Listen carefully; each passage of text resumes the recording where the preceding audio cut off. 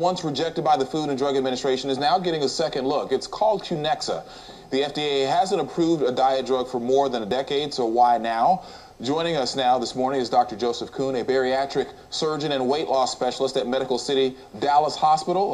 Doctor, thanks so much for joining us, coming in early for us to talk about this subject, important to a lot of folks. Tell us exactly what is Q-nexa and why is it once again getting the attention of the government? Well, Q-nexa is it's an exciting new drug. Docs in North Texas are going to love being able to offer us something new. Wow. It's a combination of an old drug called Phentermine and a new drug called Topamax, which is an anti-seizure medicine, but it cuts down on binge eating, and so it does seem to be effective. And how different is it from any other weight loss pills that are already on the market? And is it a short-term or a long-term fix? Well, first of all, it's different because it's the first drug that's been used in heavier patients, and so it's more effective. We see people losing roughly 20 to 30 pounds over about a year period of time.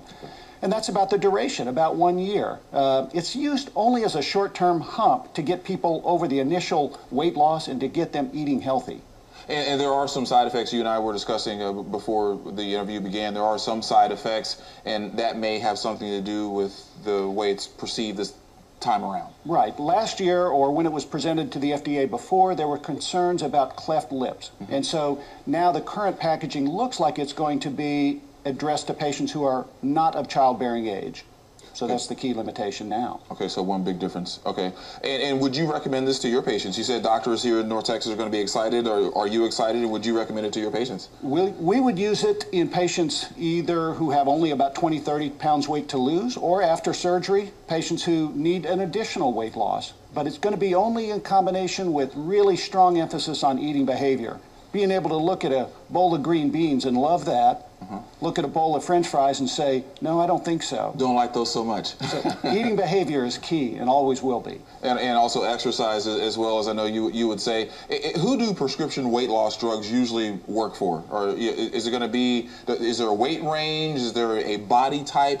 If you want to go to a prescription weight loss drug, what's going to be your body type? What's going to be your situation typically? It's typically going to be somebody who's 20 to 40 pounds overweight. That's the classic indication for a weight loss drug. When we start seeing people that are 80, 100, 150 pounds overweight, diabetes, hypertension, those are patients that we start thinking more along the lines of surgery, to be honest with you. Okay. All right, and real quick, Q-nexa expecting to get on the market, do we know when? Maybe sometime this year, maybe? I would think if they approve it, it could be sometime this year. Okay. All right. So you and a lot of other doctors will be excited later on this year, sometime this year, we hope. And our patients. And your patients, of course. All right, Dr. Joseph Kuhn, bariatric surgeon and weight loss specialist at Medical City Dallas Hospital. Thanks so much for joining us. Thank you. All right.